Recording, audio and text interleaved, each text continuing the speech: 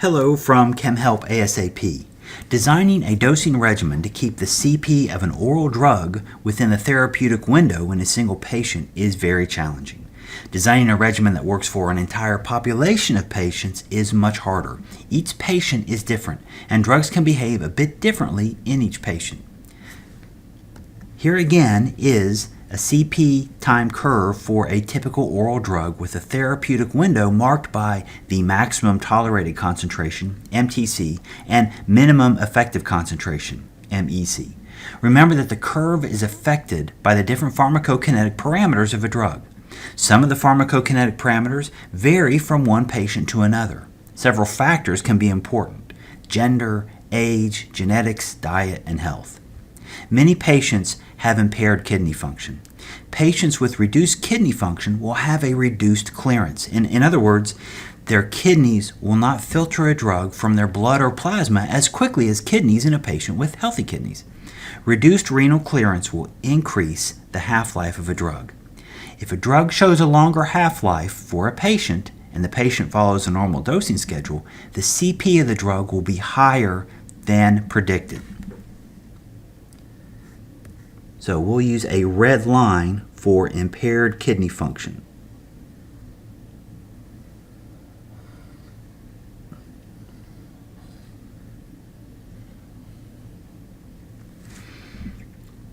It is possible for the CP to exceed the maximum tolerated concentration and cause safety concerns for the patient. A well-designed phase 3 trial would likely identify this problem and recommend a reduced dose for patients with reduced kidney function.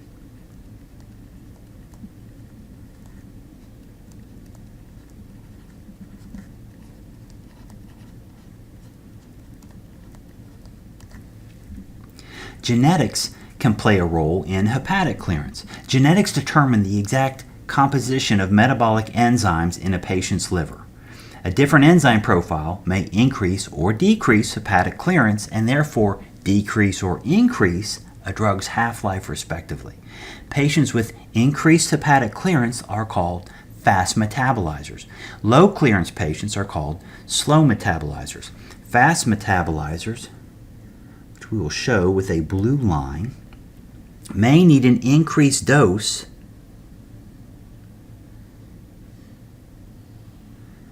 to keep the CP above the minimum effective concentration.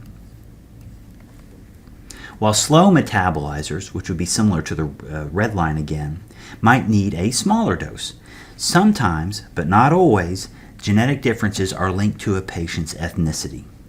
While drugs are ideally designed for a one-size-fits-all approach, population differences that are found in patients sometimes require customization of the dosing regimen to maintain the safety and efficacy of the drug. Differences between populations of patients, whether it's age, gender, genetics, or health, are normally identified during phase 3 clinical trials.